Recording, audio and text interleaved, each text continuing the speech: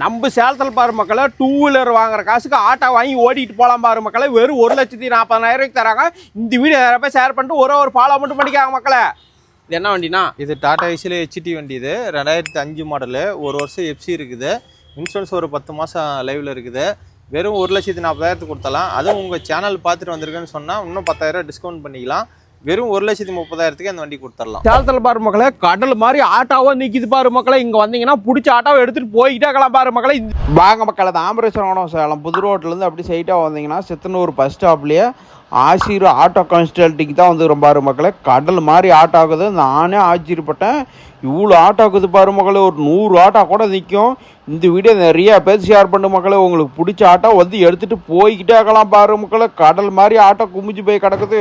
வண்டினா இது டாடா ஏசியில் gold sensor இல்லாத வண்டி. இது சாதா இன்ஜின். இது 2019 2 ஓனர் வண்டி.